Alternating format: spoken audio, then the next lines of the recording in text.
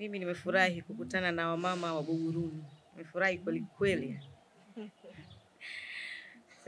Mimi ni daktari wa magonjwa ya kina mama na wazazi. Wengine bila shaka tushawahi kuonana.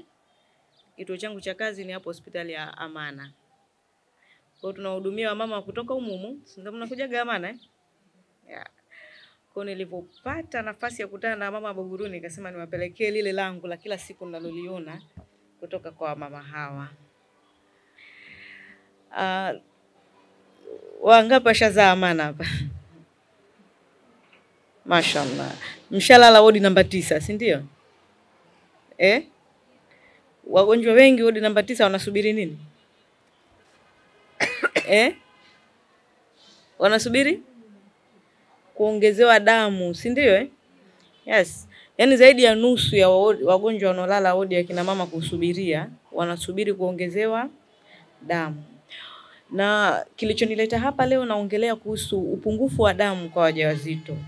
Tukilisema hili unaweza kuona kama ni kitu chepesi vile tunaongea, lakini ni kitu kikubwa kwa sababu upungufu wa damu kwa mjamzito hauishi kumwathiri yeye peke yake afya yake. Afya yake inaathirika kuanzia ubongo wake, ngozi, moyo na viungo vingi mwilini. Sawa? Lakini inaathiri na mtoto aliyemo tumboni pia vile vile. Inaathiri mtoto kiasi kwamba inaathiri maendeleo na ukuaji wa ubongo wake. Kwa ina maana mtoto anayezaliwa na mama ambaye ana upungufu wa damu anaweza akawa na ufahamu wake uko chini kuliko yule ambaye mama ana kiwango cha kutosha cha damu. Zaidi ya nusu ya wanawake wajawazito tunaonana nao wana upungufu wa damu. Zaidi ya nusu. Kwa ni changamoto kubwa. Ikiwepo zaidi ya nusu ya mama wajawazito watazaa watoto ambao akili zao zina udumavu kutokana na upungufu wa damu. Hii ni hatari katika jamii. Sawa jamani? Sasa upungufu wa damu tunausema ni nini? Upungufu wa damu yani ni kuwa na kiwango cha chini ya damu kuliko kile ambacho kinahitajika katika afya ya mwanamama au mjamzito pamoja na mtoto wake akiwa tumboni. Zamani walikuwa wanapima kwa asilimia, si ndio? Ile asilimia ikiwa chini ya 70 tunasema damu imepungua, lakini siku hizi tunapima kwa kipimo kingine kwa numbers, si ndio? Ambazo zinapima tunasema kwa gram per deciliter, ambayo haitakiwi kuwa chini ya 10.5. Kwa mjamzito anatakiwa ana damu zaidi ya hapo, awe na 11, 12, 13 katika hali ya kawaida. Ikiwa katika chini ya hapo ina maana tayari anaingia katika hii changamoto ya upungufu wa damu. Na ikiwa chini zaidi, chini ya 7, huyu mama mjamzito unakuta lazima afanyeje? Aongezewe damu. Lakini sisi tunapata mama pale anakuja kachangamka na damu 5, 6 na anatembea mwenyewe. Umeona? Kwa hiyo ina maana hii hali ameishi nayo muda mrefu. Kwa hiyo ni mhanga, anaishi na tuseme maumivu ya changamoto ya upungufu wa damu, lakini pia mtoto wake tumboni anapata shida kutokana na upungufu wa damu na huenda akazaa mtoto ambaye asiyekuwa na afya. Sawa jamani?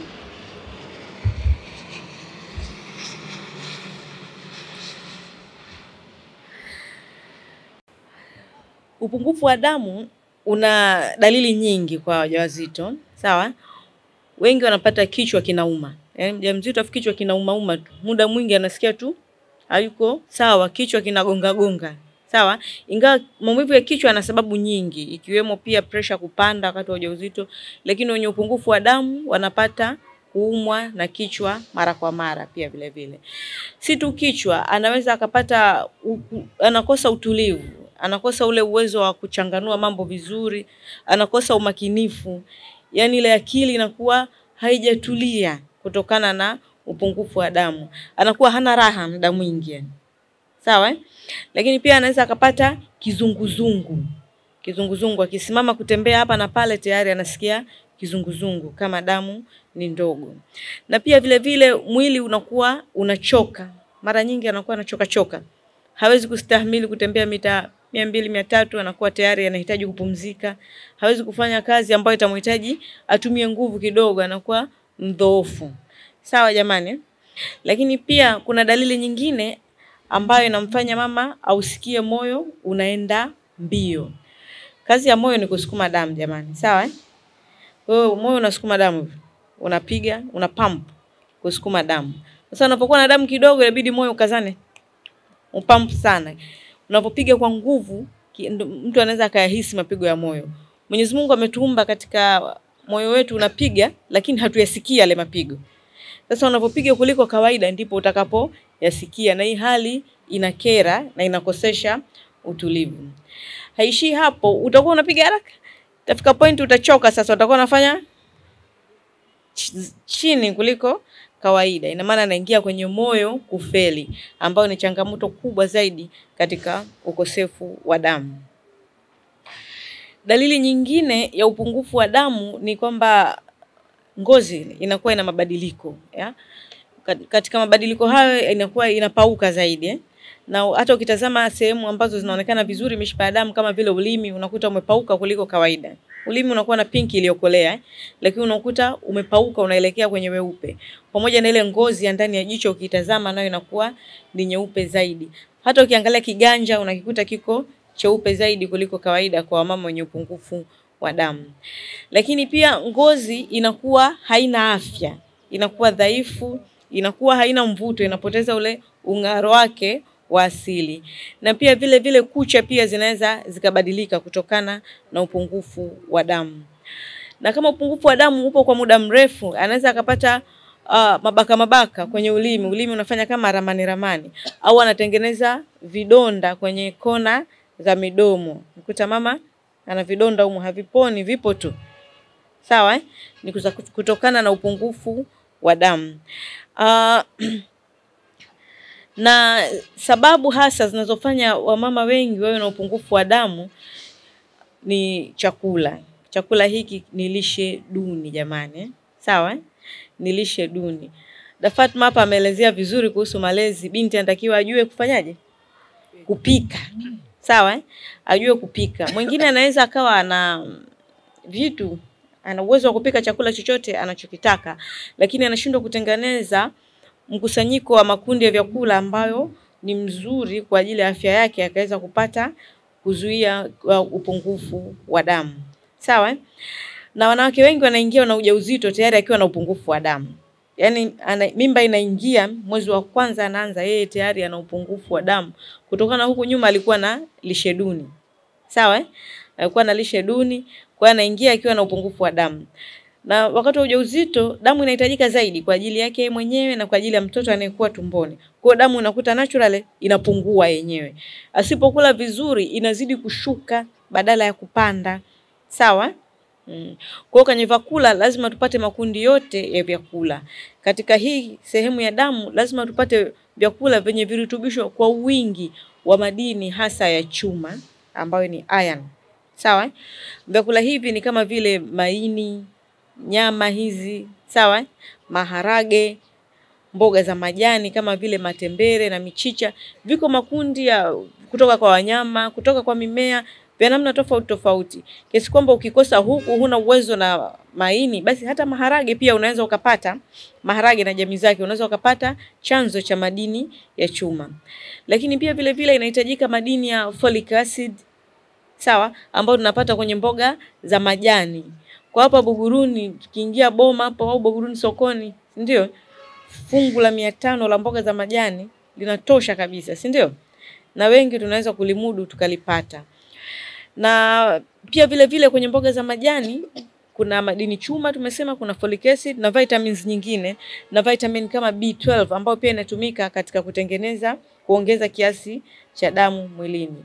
Na vyakula vya aina ya protein pia ni muhimu sana kutengeneza damu. Protein tunavyoongelea kuna za wanyama, kuna za mimea. Kwa wanyama ndio hizo nyama, maziwa, mayai, samaki. Lakini kwenye mimea tunapata kwenye hizo maharage, sawa, na jamii zake. Njugu, mawe, choroko, kunde, zote hizo tunaweza tukapata source ya protein, soya, ambapo wengi mimi naamini tunaweza tukavipata. Kwa hiyo ni jitihada za kila mama anaelea hakikisha binti yake hatoki nyumbani kwenda kuanzisha familia yake mpaka aweze kujua kutengeneza mchanganyiko sahihi wa chakula ambao utaweza kuzuia upungufu wa damu kwake yeye na familia yake. Sawa? Mtu anaweza akatumia masaa hata 3 jikoni anaandaa mlo ambao ndani yake kuna kaimati, mandazi, chapati, rosti la viazi. Sawa? Hizi zote ni wanga, kuna sukari mundani, sawa? Na ngano hizo zote ni wanga, ambazo zote zinaleta kitu kimoja. Mlo huu unakuta hauna mboga za majani. Kwa hiyo maana hapa hana chanzo kizuri cha madini ya chuma. Mlo huu unakuta hauna labda maharage au nyama, mchuzi wa nyama ambao utaleta chanzo kizuri cha madini ya chuma na chanzo kizuri cha protein. Kwa kila mama lazima awe smart kuweza kujua ni mchanganyiko upi wa vyakula unatakiwa uwepo pale. Tunasema balanced diet kwa kila mlo unaoandaliwa katika familia. Sawa jamani? Ulimwengu unaenda kasi. Watu wanajifunza vitu vingi sana. Watoto wetu ni wepesi wa kujifunza na wanajifunza vitu vingi kutushinda sisi. Basi tuwaelekeze katika kujifunza pia huku katika maandalizi ya vyakula vyetu. Sawa? Tusiwe mara zote tuko nyuma ya maendeleo ya dunia inavyoenda. Mara zote tunatakiwa tuwe mbele, sisi ni Waislamu. Na huku kula chakula bora ni agizo jamani, mimi naweza nikasema katika Qur'an, kwa sababu Mwenyezi Mungu anasema katika surati Al-Baqara sura ya 2 aya 168, Allah anasema ya ayyuhalladhina amanu kulu mimma fil ardi halalan tayyiban. Kuleni vilivyo katika ardhi vilivyokuwa halali na vizuri. Si ndio vilivyokuwa halali na vizuri. Lakini pia Mwenyezi Mungu anasema katika surati Al-Kahf ambayo tunasoma kila Ijumaa, ambayo ndio Ukhti Fatma kahitaji hapa na kaisisitiza tuwafundishe watoto.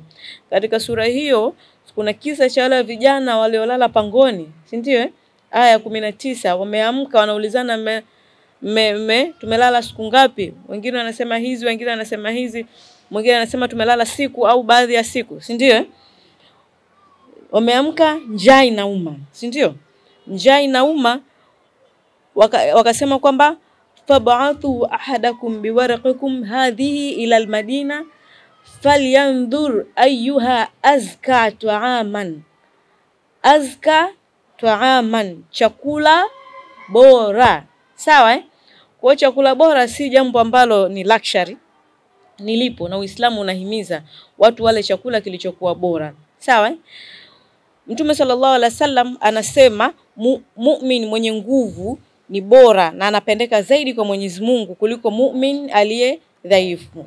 Hatuwezi kuwa na nguvu, hatuwezi kuwa bora kama tuna upungufu wa damu ambao utatufanya tuwe wanyonge, vichwa vinauma, vizunguzungu, moyo unaenda mbio, akili imevurugika, inashindwa kufanya kazi vizuri, kung'ang'ua mambo, tunashindwa kufanya maamuzi vizuri, lakini mbaya zaidi tunazaa watoto ambao wanakuwa na udumavu wa akili, si ndio Kwa hatuwezi kuwa umma bora kama tukiwa dhaifu kama hivi.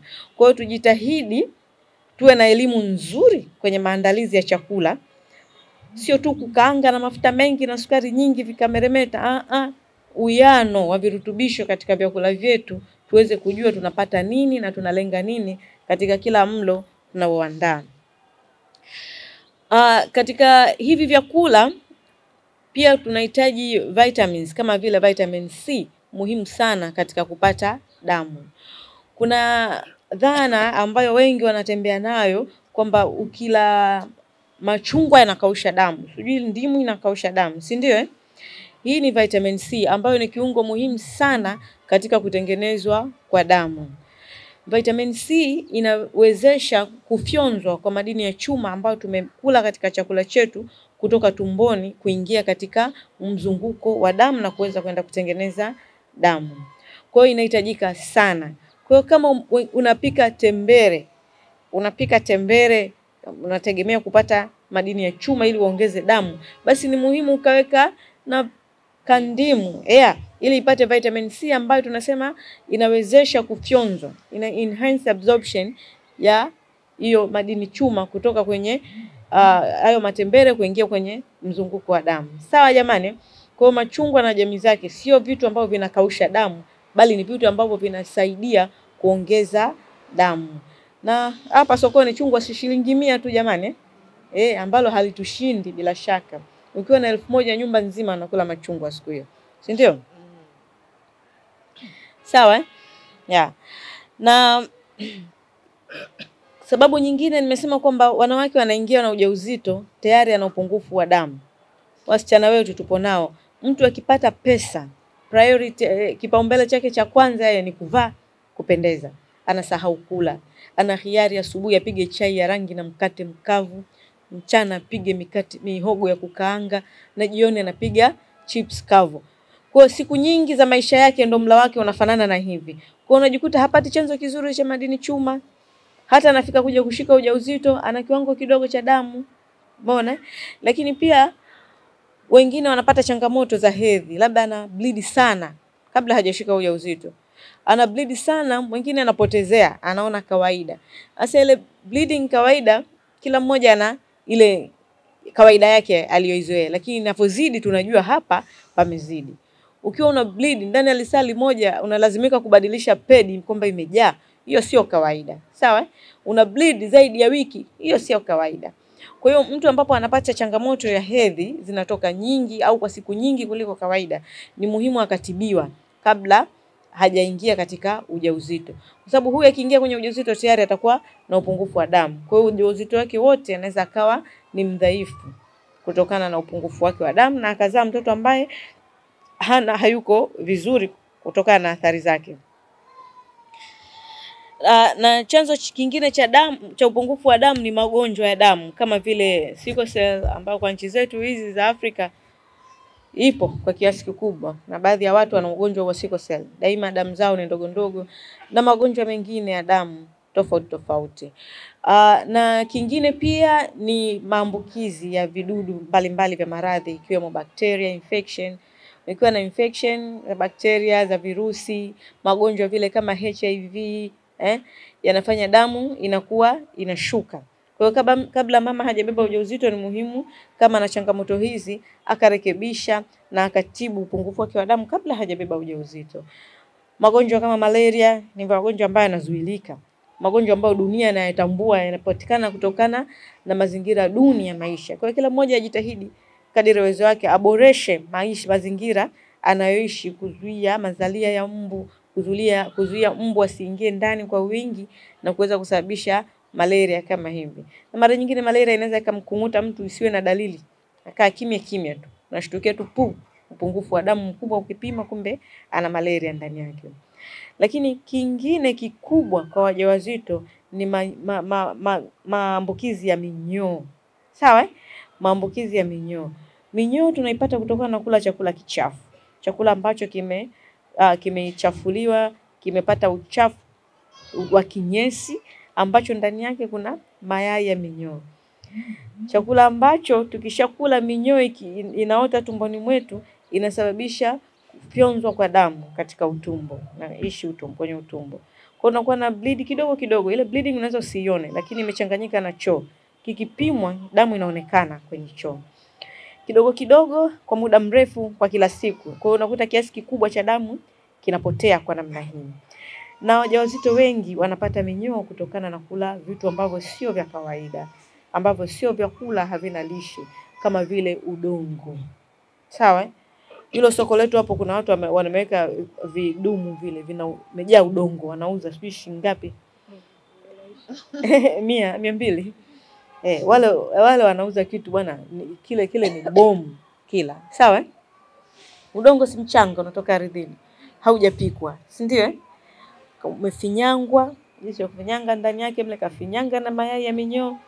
Unachukua unakula, unasema mimi siwezi kujizuia. Mtu anakula udongo, lakini anakula mayai ya minyoo. Wengine wanakuja nao mpaka hospitali, kwenye mkoba ule anaka udongo kake. Yaani kalazwa kwa ajili ya kuongezewa damu, lakini kwenye mkoba anaka udongo. Ukimwambia anakuambia acha nimalizie huo. Mama Buguruni. Kwa hiyo wengi wanapata minyoo kwa njia hizi. Sawa? Minyoo kwa njia hizi, na minyoo ina athari nyingi kubwa tu mwilini, ikiwemo upungufu wa damu. Sasa kwa nini tunajiua kwa mikono yetu? Kujizuia vitu kama hivi inawezekana jamani. Sawa? Inawezekana. Kwani sisi si Waislamu? Yaani tuna nafsi moja ambayo Mwenyezi Mungu ametupendelea. Yaani tuna roho ya kukatazika. Si ndio?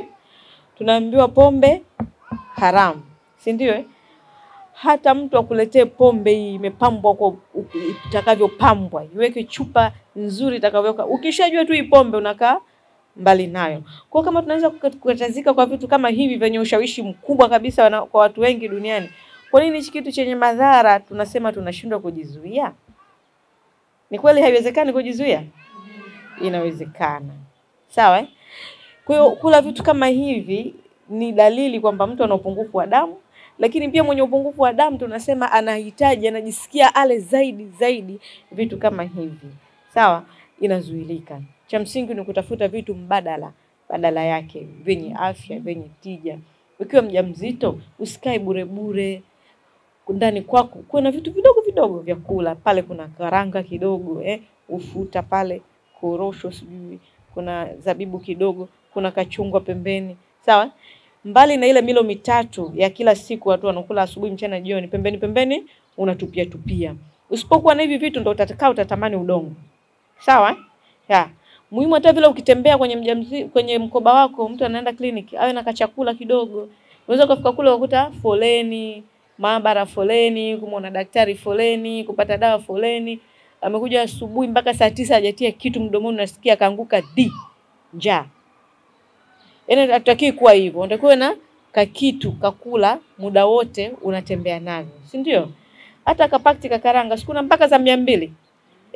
200 najua itushindi, unaweka mle. Jisikia vibaya, unatupia na maji yako. Wala hutakaa kutamani udongo ukiwa na vitu vidogo kama hivi vya kuvila. Sawa jamani? Yeah. Sasa naona nimepewa muda ambao limited na mimi nakimbizana nao. Mwisho kabisa nasema madhara yanayopatikana na upungufu wa damu. Kama hivyo tumesema, ni kuharibu afya nzima kwa upande wa mama, na haribu afya yake. Sawa? Afya ya damu, upungufu wa damu unaweza ukasababishia moyo kufeli kama nilivyoelezea. Moyo unazidiwa kazi yake mpaka unafeli. Na moyo ndio kiungo ni kiungo ambacho kinabeba kazi kubwa sana katika mwili wa binadamu. Ukifeli, mwisho wa siku ukisimama kabisa ndio uhai umesimama. Si vile mtu akifa tunaangalia mapigo ya moyo yapo? Kama hayapo ina maana ndio kashafariki. Kwa hiyo moyo ukizidiwa mwisho utafeli, ukifeli mwisho utasimama. Nasikia simanzi, unakuta binti mdogo kabisa na miaka 20 anapata heart failure. Alafu sasa thamani yake ukishaingia kwenye ubovu kurudi kama mwanzo ni ngumu, si ndio? Na matibabu ni gharama. Kifika tu pale ndio huyu ana heart failure, vipimo tunamwagika tu pale. Echo, ECG, nini? Yote mabilioni. Nenda kukutana nayo mbele. Ndugu anachangishana. Sawa? Mtu ana moyo unafeli kutokana na upungufu wa damu. Hatari sana. Kabinti kadogo anakuja. Na dalili zake utaona mtu anashindwa kupumua, anashindwa kulala chala, anatamani akae tu saa zote, anahema juu. Mwingine miguu inavimba, mwingine mpaka tumbo linajaa maji kutokana kwa kufeli kwa moyo. Mwingine mpaka anaishia kupoteza uhai. Sawa? Watoto wadogo. Sawa? Lakini pia wamama wenye upungufu wa damu, sisi tiba yetu tunatoa dawa za damu, kuongeza damu kliniki. Bahati mbaya wanakuwa hawazitumii wengine, mwingine anatupa, anasema siziwezi. Kama huziwezi usinyamaze, unasemezana na mtu wa huduma wako, kwa sababu zipo nyingine tofauti ambazo unaweza ukapewa ukajaribu mwili wako ukakubali, kuliko kusema mimi hizi siziwezagi. Unapewa unatupa, unapewa unaweka ndani. Matokeo yake unakuja kujifungua una upungufu wa damu. Ukija hivyo unakuwa hakuna namna, lazima tuongezeane nini? Damu. Na kuongezeana damu asikwambie mtu ni jambo zito kuongezewa damu. Utakaa siku nyingi hospitali. Si ndio? Ukaa siku nyingi, wote mnajua ukiwa heka la kuwa na mgonjwa hospitali. Ratiba za nyumba zinasimama. Watu lazima wapeleke chakula, kuwe na ratiba kupeleka chakula asubuhi, mchana, jioni. Kule bili inasoma tu. Sisi tukiona hivi kipimo, ultrasound, kipimo, echo, kipimo, x-ray, kipimo. Yaani tunamwagika tu. Bili ile ndugu ndo mnakuja kufanyaje? Kuilipa. Lakini ingeweza kuzuilika kama wangeweza kula vizuri. Sawa? Na kuzuia upungufu wa damu. Tukiongezewa damu sisi tunasema tunakudai. Tukiongezea chupa moja tuletee watu 4 wa kuchangia. Mwingine anakuta anaongezewa chupa 4, 5 mara 4. Na mara alete watu 16, watu 20. Mtu anachanganyikiwa, analia, sina ndugu, naanzia wapi? Lakini hili swala lilikuwa linazuilika kama angekuwa anaweza kula vizuri na kuepusha upungufu wa damu asifike pale. Kwa hiyo ukikwepa gharama kwenye kuzuia, kwenye kula vizuri, utatumia gharama nyingi zaidi kwenye kutibu kwa maana ya pesa, lakini pia itakugharimu afya yako, kuweza kuharibu hata viungo vingine vya muhimu vya mwili. Hawa mama wenye upungufu wa damu ndio wanaoongoza kwa vifo. Sawa? Kwa bado tupo kwenye idadi kubwa ya watu wanaokufa kwa ajili ya kujifungua na muda baada ya kujifungua. Sawa? Sehemu kubwa ya wanaokufa wakati wa uzazi na mara tu baada ya kujifungua inakuwa ni kwa ajili ya upotevu wa damu. Sawa? Ni kwa ajili ya upotevu wa damu. Wamama wenye upungufu wa damu ndio wanaongoza kwa kumwaga damu nyingi. Yaani mtu mwenye wingi wake wa damu, HB tunaita, mwenye HB ya 12 akajifungua, akapata changamoto akapoteza lita 1. Huyu akitokapo atayumba kidogo, lakini mara atarudi atakuwa sawa sawa. Sababu kiwango chake cha damu kabla ya kujifungua kinamlinda. Lakini yule amekuja kujifungua ana wingi wa damu 7, alafu akapoteza lita 1. Huyu tunaweza kaja mwenyewe kwa miguu yake, anaweza kaondoka, yupo kwenye sanduku tunasema. Sawa? Anaweza akaondoka akapoteza uhai wake, kwa sababu kupoteza damu kwake kiasi kidogo tu kwake kuna maanisha kitu kikubwa. Kupoteza kwake damu kiasi kidogo kwake kunaleta athari kubwa kuliko yule ambaye ana kiwango cha kutosha cha damu mwilini. Na wengi wanapoteza maisha. Akinusurika kwenye kupoteza maisha kutokana na umwaga damu, utakuta anaishia kwenye kupata figo zinafeli. Figo zinafeli tunasema tunampeleka kwenye dialysis. Wale ambao wana wagonjwa waliofeli figo ambao wanatakiwa dialysis, yani kusafishwa figo angalau mara 3 kwa wiki, wanaweza wakahisi uzito wake. Ni gharama nyingi zinatumika kwa ajili ya kufanya zoezi hili. Sawa? Lakini pia wengine anaweza akaishia katika ulemavu wa kudumu. Mwingine anaweza asiamke kabisa na mwingine akapoteza maisha kabisa kutokana na upotevu wa damu. Sawa kina mama? Lakini hii upotevu wa damu unaweza kusababisha daktari akawa hana namna kumsaidia huyu mama aendelee kuishi maishani mwake, tumkimbize theater tukatoe kizazi. Sawa? Tukatoe kizazi kwa sababu kizazi ndio kina bleed, kimetoa mtoto, hakitaki kurudi katika hali yake kwa sababu huyu mama alikuwa na upungufu mkubwa wa damu kabla hajajifungua, katujia na uchungu wake ndembe hatukuwahi hata kumuongezea damu kabla, kashazaa, kashamwaga damu nyingi, tumekimbizana bado ana bleed, tushatoa dawa zetu zote, tushafanya vya kufanya lakini haiwezekani ana bleed tumwache anakufa. Tunaenda kutoa kizazi. Mwingine anatoa kizazi ndo kwanza ana mtoto mmoja au ndo yule tu aliyemzaa. Ndo kwanza kaolewa. Ndo bwana anataka watoto. Umeona? Lakini ili aishi ndo toa kizazi. Kwa unajikuta hata akitoka hapo tushavuruga maisha yake. Hana furaha tena na maisha yake. Anakuta mwingine mwanaume mkorofi, gogoro unaanzia hapo, wanajua mwanamke wa bure tu, hazai tena. Umeona? Kwa unakuta inaleta athari nyingi. Wengine mpaka anapata ugonjwa wa akili ukishamtoa kizazi chake. Lakini ndo huna namna, ulikuwa huna namna ya kumsave zaidi ya kutoa hicho kizazi. Lakini yote haya yalikuwa yanaepukika iwapo mtu angechukua tahadhari ya kuweza kutengeneza mlo vizuri, ya kuweza kufanya kujali ujauzito wake, kufanya mahudhurio vizuri na kutumia zile dawa za kuongeza damu wakati wa ujauzito kabla hajafikia kwenye kujifungua. Sawa jamani. La kingine pia ni kwenye kwa watoto. Watoto wanaozaliwa na mama ambaye ana upungufu wa damu wengi kwanza wanakuwa na uzito mdogo kuliko kawaida. Mtoto kawaida hatakiwi kuwa chini ya kilo 2.5. Sasa wamama wenye upungufu wa damu wanaweza kuzaa watoto wenye kilo chini ya hapo. Na akishazaliwa na upungufu mdogo wanaweza kukumbana na changamoto nyingi ambazo zinaweza zikapelekea kupoteza uhai wao masiku machache baada ya kuzaliwa. Sawa? Lakini pia wanaweza wakapata kujifungua kabla ya muda. Uchungu unakuja kabla miezi 9. Miezi 7, miezi 7 na nusu, miezi 8 unakuja uchungu, mimba mtoto anazaliwa. Akizaliwa katika miezi hii kuishi inakuwa kidogo, ataishi lakini kwa magumu, na pia anaweza kupoteza uhai kwa sababu mifumo mingi katika mwili wake inakuwa haijakomaa. Hajaweza kukomaza mfumo wake wa kurekebisha joto la mwili, kwa baridi itamuua, infections zitamuua, changamoto za kupumua, mapafu hayajakomaa, anaweza akaondoka kwa hizi na mengineyo mengi. Sawa? Wapo wale ambao washaka ile wodi ya vichanga. Siko hapo ambao mshapita mle. Naona vitoto vinjiti vinavyokatika. Havijakomaa, mifumo yao mingi bado. Imezaliwa kabla muda na mle ndani yake wapo waliozaliwa na mama ambao damu ndogo ndio ilimpelekea akapata uchungu kabla ya muda. Lakini pia kama tulivyosema kwamba damu ni kiungo muhimu kwenye maendeleo na ukuaji wa mtoto, kwenye maendeleo na ukuaji wa ubongo wake. Mama mwenye upungufu wa madini ya chuma, mama mwenye upungufu wa damu, mtoto wake anaweza akawa na udumavu wa maendeleo ya ubongo tangu akiwa tumboni. Kwa unazaa mtoto ambaye ameanza kudumaa akili yake tangu akiwa tumboni. Tunahitaji kuzaa watoto ambao wako smart, wana akili nzuri, wana uwezo mzuri wa kufikiri na kuamua mambo kuweza kuiendesha hii dunia.